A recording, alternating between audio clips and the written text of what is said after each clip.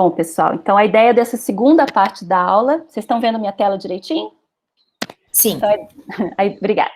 A ideia dessa segunda parte de aula é bater um papo sobre dados sociodemográficos, mais especificamente sobre dados censitários, né? Então, por mais que os dados censitários que vocês têm acesso para realizar o trabalho de vocês estejam desatualizados, 2010 ainda são dados de qualidade e os dados censitários de 2021 vêm aí. Então, vamos lá. Aqui algumas as referências, né? Essa aula tem inspirada na aula do professor Ricardo Ojima, tem outras referências aqui que serviram de base para essa aula, né? Bom, fontes de dados populacionais, o dado demográfico tem inúmeras aplicações práticas para o planejamento, se você está projetando o número de crianças em idade escolar, ou mesmo identificando trabalhadores em idade de se aposentar, em relação ao diagnóstico, né, níveis de mortalidade infantil, materna, eles são úteis para a gente avaliar programas, para a gente fazer estudos socioeconômicos, socioterritoriais em gerais, como tenho certeza que sairão vários exemplos aqui da disciplina, né, questão de pobreza, questão de habitação, né. E o dado demográfico a gente pode classificar tanto como estatística de estoque, que é aquele dado estático, tamanho, a distribuição territorial, a composição por sexo, idade, quanto os dados de fluxo, né, que tem a ver com dinâmica populacional, eventos que transformam essas características de estoque, nascimento, óbitos, migração, mobilidade entre categorias socioeconômicas e assim por diante. E as fontes de informação desses dados demográficos, né, as mais populares é o censo demográfico, né, sobre o qual eu vou falar hoje, mas também o registro civil e levantamentos amostrais e pesquisas especiais, como, por exemplo, os dados da PNAD, né, que tem uma outra escala espacial, mas que são dados contínuos. Mas vamos falar aqui nessa aula sobre o censo demográfico, né? Então, segundo a ONU, o censo ele é um processo total de coleta, processamento, avaliação, análise e divulgação de dados demográficos. Então, não basta coletar, processar, você tem que divulgar esses dados demográficos, econômicos, sociais, referentes a todas as pessoas dentro de um país, ou de uma parte bem definida de um país num momento específico. E no Brasil, o censo é realizado a cada 10 anos. E esse censo ele tem que ter um respaldo legal. Então, você tem que definir bem o escopo, os fins, o orçamento, as garantias legais quanto ao sigilo da informação dos entrevistados. Tem que ter uma periodicidade definida, quando a gente tem essas excepcionalidades, como tivemos agora, de um censo que passa de um ano para o outro. Isso não é bom, isso é ruim, certo?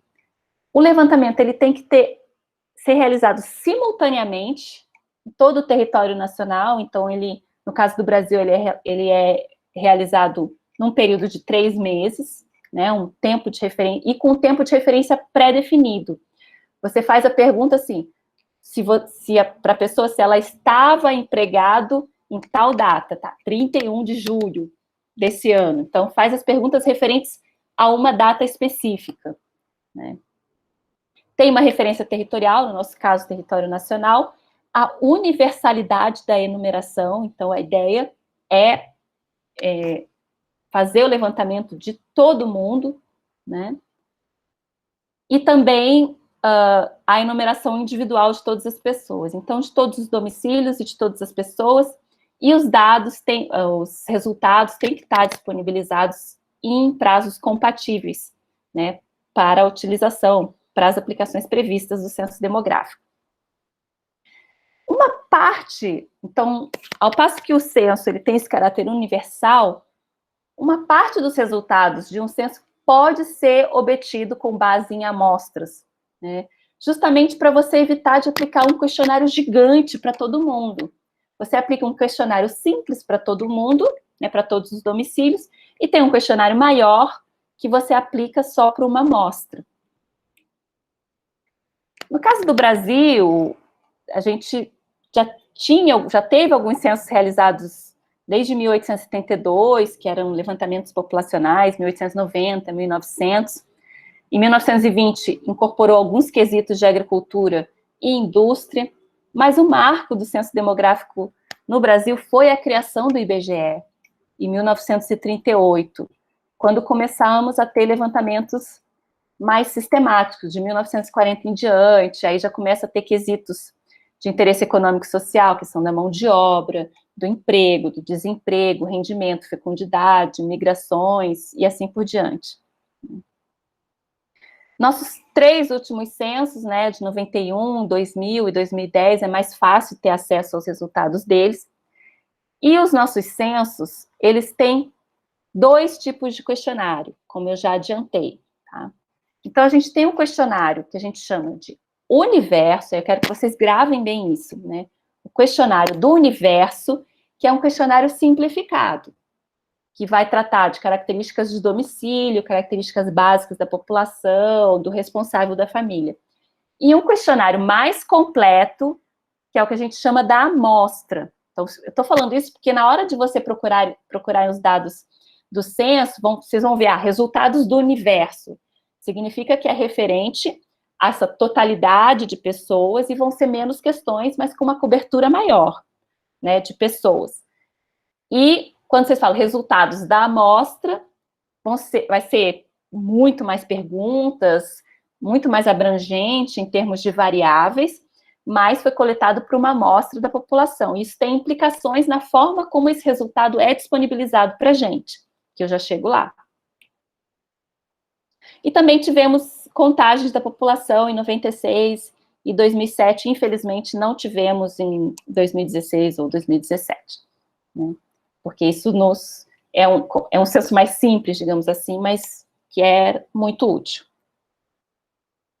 Bom, esse tipo de questionário que eu falei, universo ou questionário da amostra, tem tudo a ver com a forma como essa informação é disponibilizada, né? As informações provenientes do questionário do universo, aquele questionário mais simples, que todo mundo responde, ela é disponibilizada, agregada por setor censitário, que é o que vocês já tiveram a oportunidade de explorar nas aulas práticas da disciplina, né? Então, o que é o setor censitário? Qual é o significado dele? Ele é uma unidade territorial operacional. Então, ele foi feito para a coleta das operações censitárias. Então, são polígonos definidos pelo IBGE, tem limites físicos identificados, eles cobrem todo o Brasil, então você pode fazer um mapa de setores censitários de todo o Brasil e não vai ter buraco.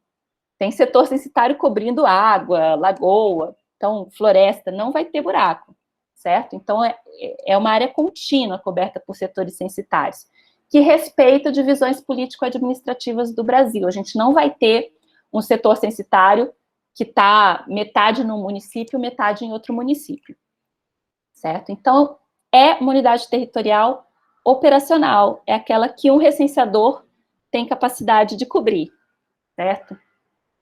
Já os dados, então os dados do universo vão ser disponibilizados assim, agregados por setores censitários. Então, você vai ter por setores censitários, quantos domicílios tem naquele setor, quantos responsáveis mulheres, que tem o grupo lá de gênero trabalhando, responsáveis mulheres de baixa escolaridade. Então, você vai agregar esses dados por setor censitário. Já os dados da amostra, a gente pode ter acesso de formas distintas.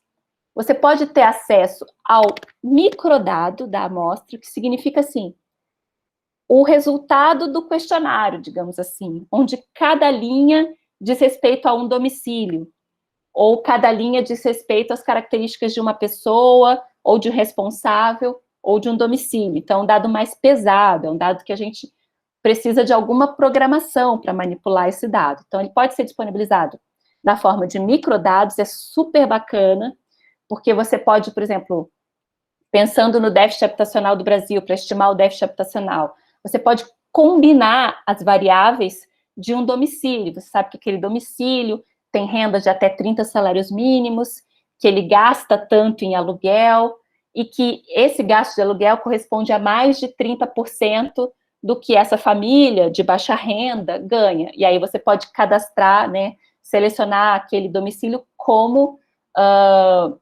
ônus excessivo de aluguel, por exemplo. Isso a gente consegue fazer porque a gente tem o microdado, como se fosse a linha da tabela referente às características de um domicílio, né, de um domicílio das pessoas naquele domicílio.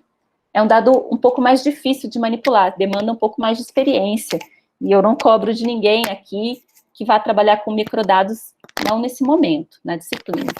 Mas esse dado também, ele pode ser agregado de forma semelhante ao que a gente está acostumado com o dado do universo. Então, o dado da amostra, né, ele pode ser agregado por áreas de ponderação.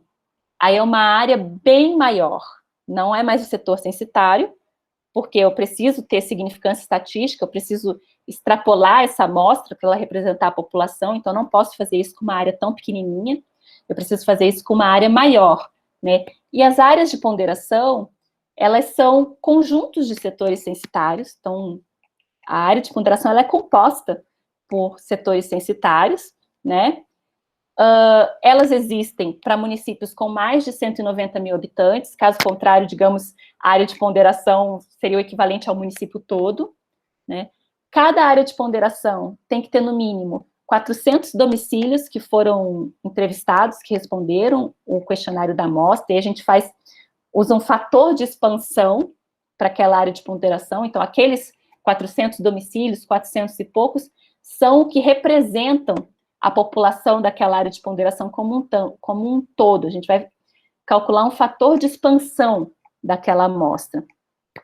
E, ultimamente, eles têm pedido auxílio das prefeituras para delimitar essas áreas de ponderação, para levar em conta as necessidades do planejamento municipal, para não ser meramente uma área operacional do IBGE, mas uma área que também possa fazer algum sentido nas questões de planejamento, né, de planejamento territorial.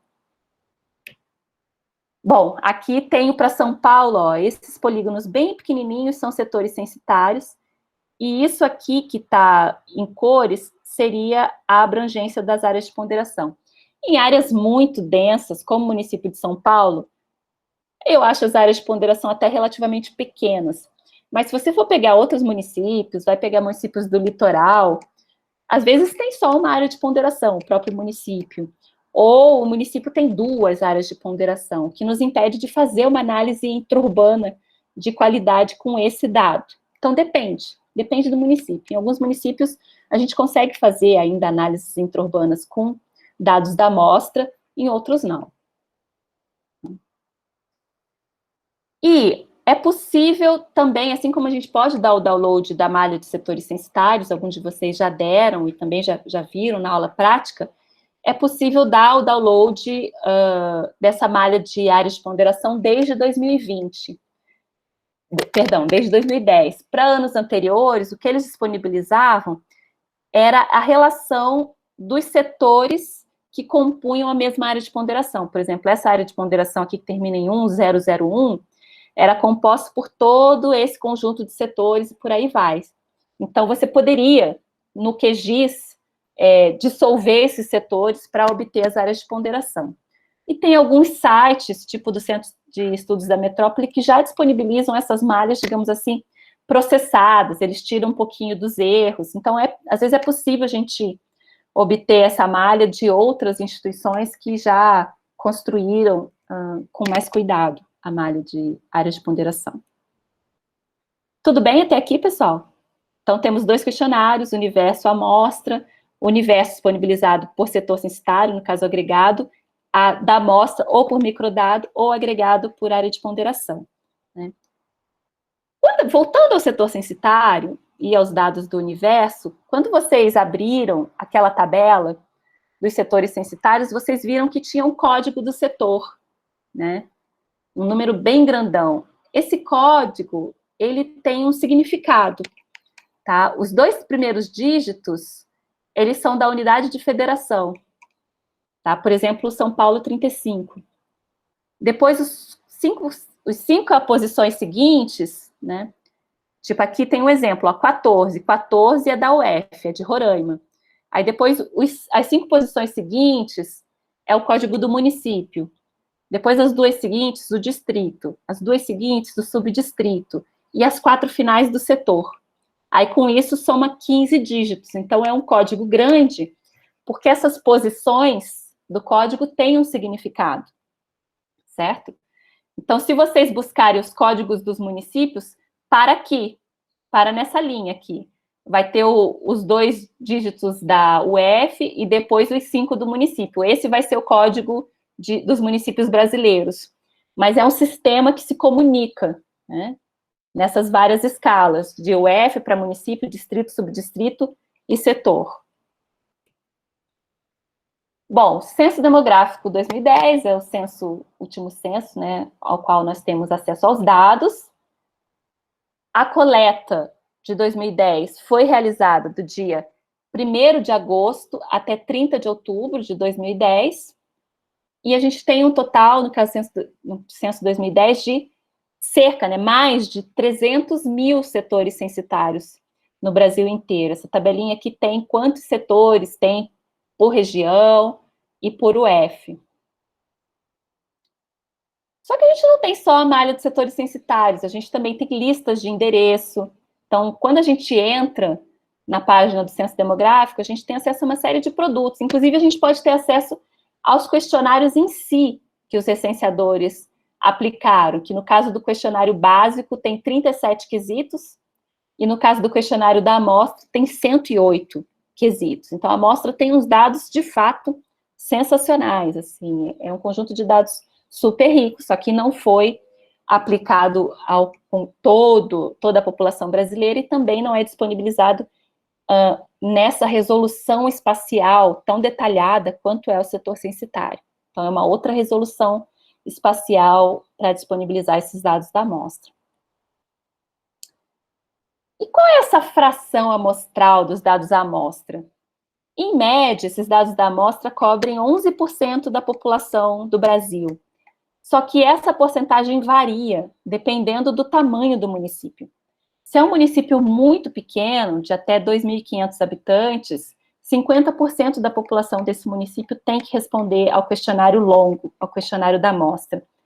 Agora, se é um município de mais de 500 mil habitantes, só 5% da população que responde esse questionário longo da amostra. Então, varia de acordo com o tamanho do município, né? Qual a porcentagem que vai responder ao questionário longo. E vocês podem ter acesso, se vocês entrarem no site do IBGE do Censo 2010 e virem aqui em coleta, clica em questionários e vocês podem abrir o questionário e saber quais foram as perguntas, até para vocês avaliarem essas respostas, esse dado que vocês vão ter nas mãos. Certo? E vem a grande pergunta, né? Como que eu acesso os dados do censo demográfico? É o que todo mundo quer saber, né? Tem várias formas. Tem CD-ROM, tem a homepage do IBGE, tem um site, ao passo que tem a homepage do IBGE, www.ibge.gov.br, também tem um site do Censo 2010 que ainda está ativo, que o IBGE ia lançando os produtos do Censo Demográfico à medida que eles iam sendo publicados. É bem interessante entrar nesse site aqui. Inclusive, o último produto que eles lançaram foi sobre os nomes brasileiros. Vocês digitam lá o nome de vocês e vão ver, aí já é mais os registros, né?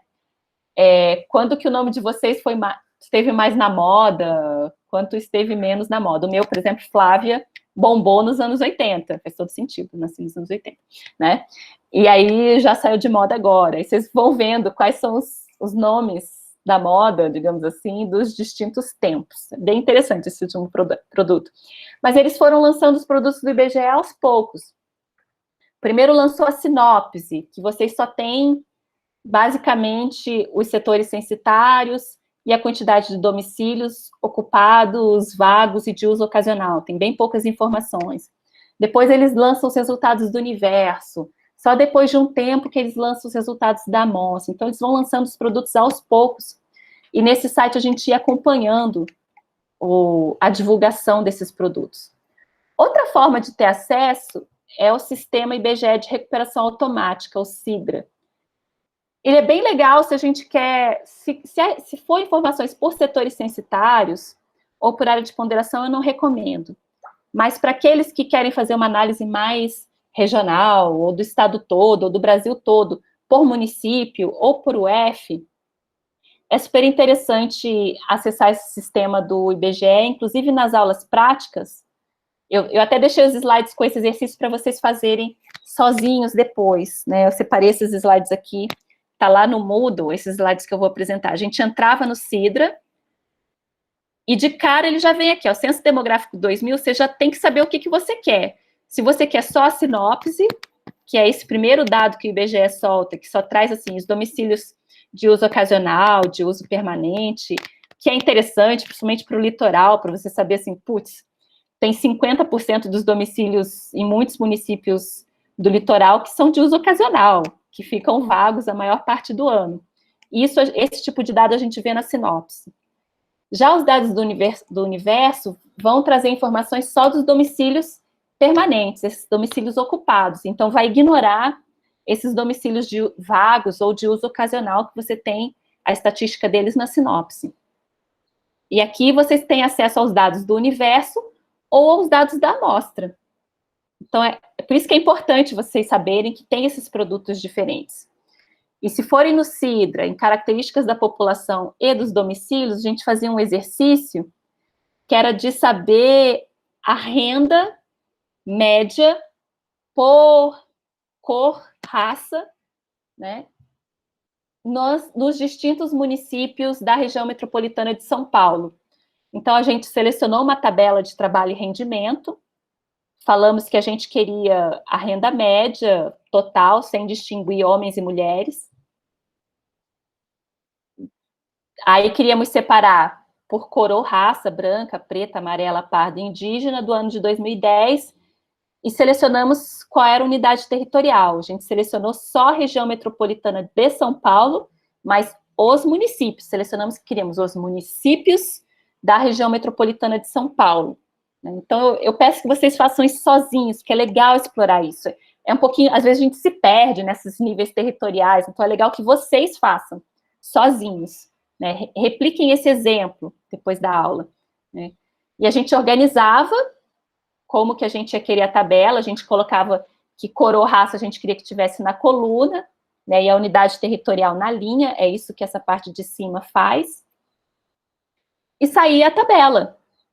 Ó, em Arujá, a renda média dos brancos é 1.080, já dos pretos, R$700, dos pardos, R$558, dos amarelos, 1.400, e dos indígenas, R$660. Então, a gente conseguiu ver essa disparidade da renda média nos distintos municípios da região metropolitana de São Paulo. Então, buscar dados por município ou por unidade mais agregada, tipo F, é bacana fazer no Sidra. Se for já por setor censitário, eu aconselho que vocês façam da outra forma que eu vou mostrar daqui a pouco, já buscando nos FTPs da vida mesmo, né? E aqui, ó, essa tabela aqui não tem código, mas tem como gerar tabela e incluir na tabela, ó, exibir nomes, códigos dos territórios e os nomes dos territórios. Então, tem como baixar com o código do município, que isso é muito importante para a gente fazer o join na malha de municípios. E aí poder, né, fazer os mapas temáticos desses rendimentos médios, por exemplo, ou da diferença desses rendimentos médios. Então, tem muita coisa que dá para explorar nesse nível municipal também. Bom, então aqui é uma forma de buscar os dados censitários, que eu aconselho quando é por município ou por UF, o Sidra. É bem interessante, embora dê um pouquinho de trabalho montar essas tabelas. Resultados do universo, agregados por setor censitário, eu aconselho já pegar o dado por aqui, vem no site do IBGE, vai em estatísticas sociais, população, aí vai aparecer censo 2021, já informações, 2010, 2000, busca aqui que tipo de informação você quer do censo 2010, e eu acho que quem for trabalhar com o censo aqui nesse grupo, vai querer, muito provavelmente, agregados por setores censitários, né? E aí vocês vão, por esse caminho, vocês conseguem baixar as tabelas, né? E também, super importante, a documentação, né? O PDF, o que significa essas tabelas. Então, vocês têm que baixar a documentação, PDF, o metadado, e ir no estado, e aí baixar os dados censitários, as distintas tabelas do estado que vocês têm interesse, né? A cara dessas tabelas vocês já conhecem, porque a gente já manipulou essas tabelas nas aulas práticas, né? Tem situação de setor, aí vai ter V1, V2, o que é cada variável. Então, é super importante, antes de sair baixando as tabelas, dar uma namorada na documentação, certo? E a malha de setores censitários, que é o Shapefile, eu aconselho buscar aqui em Geociência, Organização do Território e Estrutura Territorial. E tem aqui, 2010, malha censitária e as malhas para o download. Eu gosto desse caminho porque ele traz as malhas pelo estado todo e depois você só seleciona o município. Tem um caminho que você baixa por município, mas aí ele traz várias coisas do município, você tem que saber o código do município, traz não só o setor censitário, mas a base de logradouros. É um caminho um pouco mais complicado. Eu gosto desse, que você baixa a malha do estado inteiro, de setores, de municípios, subdistritos e distritos, se não quiser os outros, não precisa usar, mas a de municípios pode ser bem útil, né?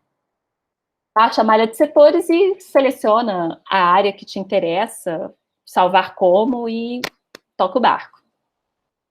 Tudo bem? Tudo claro até aqui, pessoal? Então, só dicas de como baixar esses dados. Eu sei que tem grupo que vai trabalhar com dados censitários, e se vocês não vão trabalhar hoje, amanhã vocês vão trabalhar com dados censitários. Então, é até legal já treinar aqui na disciplina. Então, isso sobre dados do universo. Resultados gerais da amostra, os dados da amostra, então vocês também podem vir estatísticas sociais, população, censo 2010, só que em vez de ir nos resultados agregados por setores censitários, vocês podem vir nos resultados gerais da amostra por área de ponderação.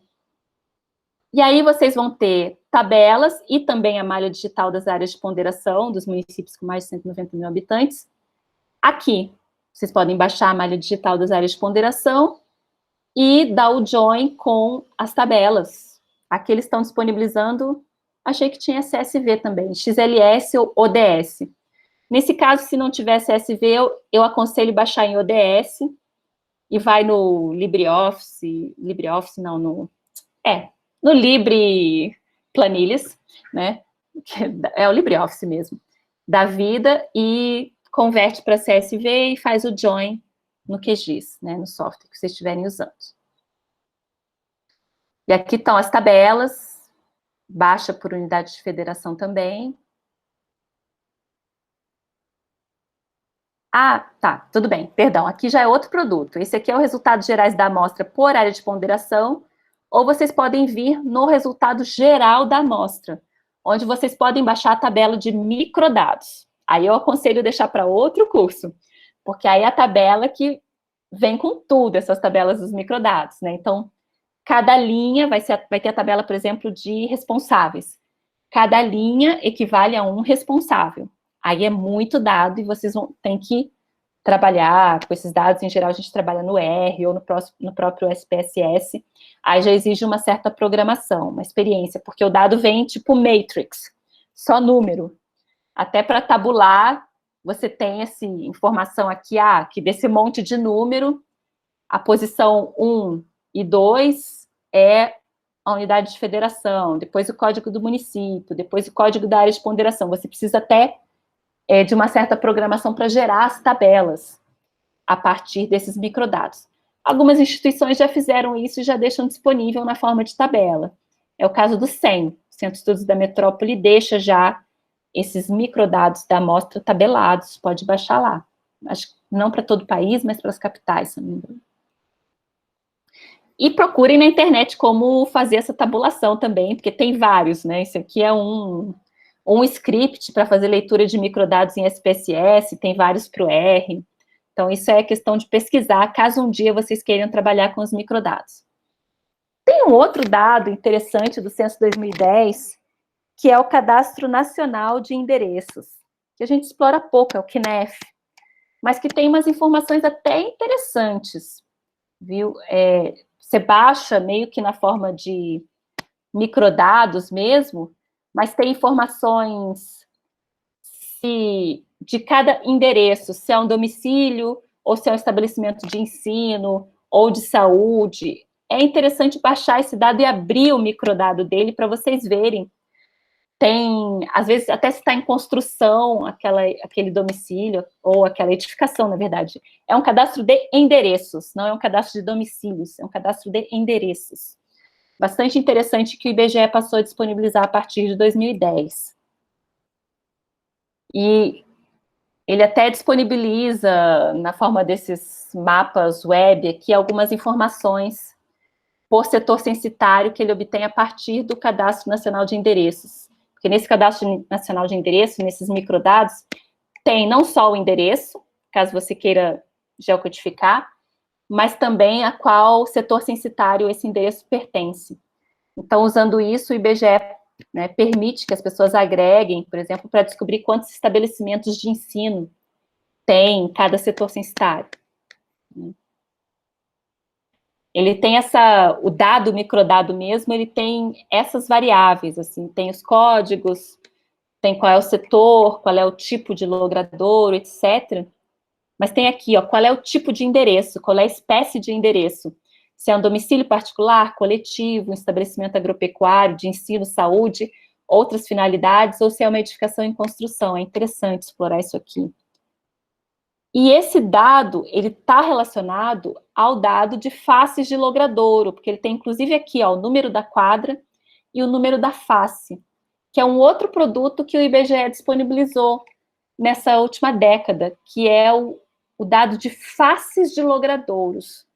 Então, a gente passou a ter algumas informações, tipo, de endereços e de domicílios, poucas, por face de logradouro. Então, ele disponibiliza esse arquivo de linhas em que tem atributos relacionados a cada uma dessas linhas. Também é um dado que a gente explora pouco. Eu super me animei quando eu vi isso pela primeira vez, queria saber se para assentamento precário, se tinha alguma coisa, mas a qualidade do dado varia muito. Tá? Então, em algumas porções da cidade o dado está bacana, em outras não está. Em geral, nas áreas mais precárias, o dado está pior.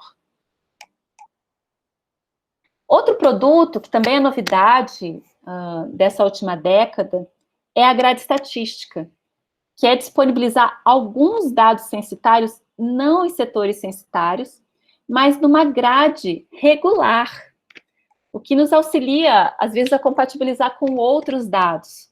Né? Então, outro dado para vocês explorarem, ele ainda tem problema para 2010, mas eu acho que ele promete para o novo censo, porque esse dado da grade estatística ele foi gerado depois do censo 2010 ser coletado. Ele foi uma tese de doutorado em demografia da Maria do Carmo, que é uma funcionária do IBGE, né, uma técnica do IBGE, uma pesquisadora do IBGE. Então, depois que o censo 2010 foi gerado, que a grade estatística foi idealizada e gerada.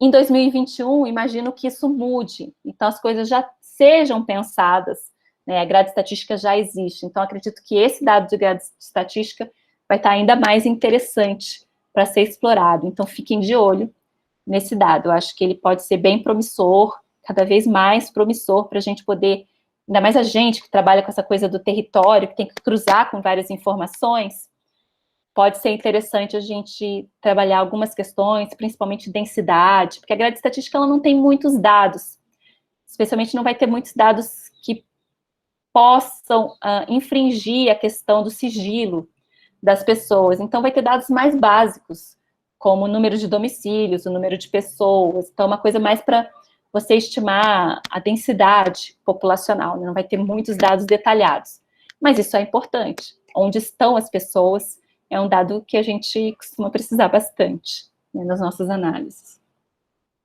Bom, e eu deixei nos slides mais uma série de dicas em relação a outras fontes de dados, por exemplo, o registro civil do IBGE, que vai tratar dos nascimentos, óbitos, casamentos e divórcio, né?